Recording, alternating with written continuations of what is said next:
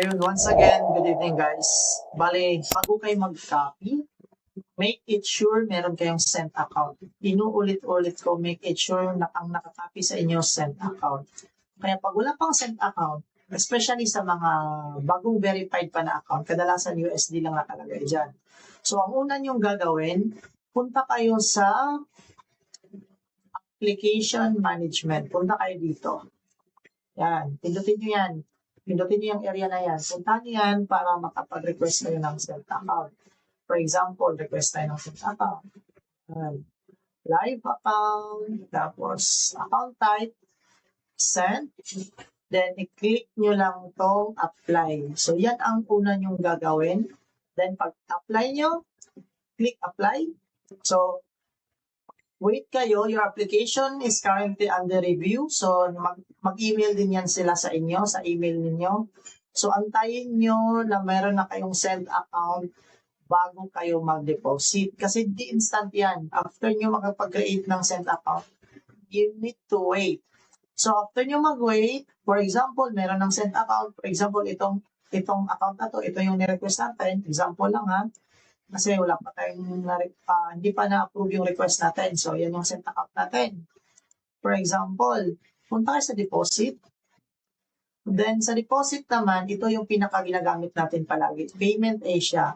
Pero pwede din tong credit card, pwede din tong Pay 247, wire transfer, Galaxy Pay. So, pwede yan lahat. So, pwede din Bitcoin, BTC, TRC2, USDT, pwede din yan. So, pinaka-common sa Payment Asia. So, ito yung focus natin. Pindutin mo yung Payment Asia. Then, mamili ka, for example, 500. Dito yung exchange rate, 61.764. So, yan yung palitan ngayon per USD. So, total amount mo is 30,000 ang i-deposit mo. Pag 500 ang gusto mong i-deposit. So, click mo lang yung I confirm. Then, apply. So, ganun lang. Tapos, proceed immediately. Pag proceed ninyo, pay now. Then, I agree. Select nyo muna ang bank method ninyo or saan nyo gusto. Kadalasan, GCash, di ba? So, sa GCash, meron tayong step-by-step dyan na process. So, same lang din sa yun yung bank.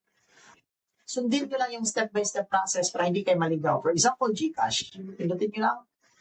Select. Select ninyo, punta sa email or view the instruction online. Pwede nyo i-view ang instruction online. So, yan. Ito yung mga instruction. Step 1. Yan. Step 1. Step 2. Yan. Yan yung mga rules. So, madali lang yan. Pag open nyo ng GCash, mobile app, o pay bills. So, nandyan yung lahat ng instruction. Search, Biller, Dragon Pay. Indicate your reference. So, ito yung reference ninyo. Yan.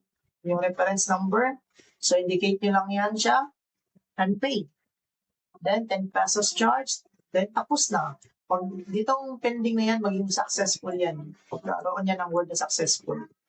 Pag after niya mag-pay. So, ganun lang siya kasimple. So, looking forward na tulungan kayo ng video na ito at hindi na kayo maliligaw pag nagka-copy trading kayo. So, yun lang guys and God bless you.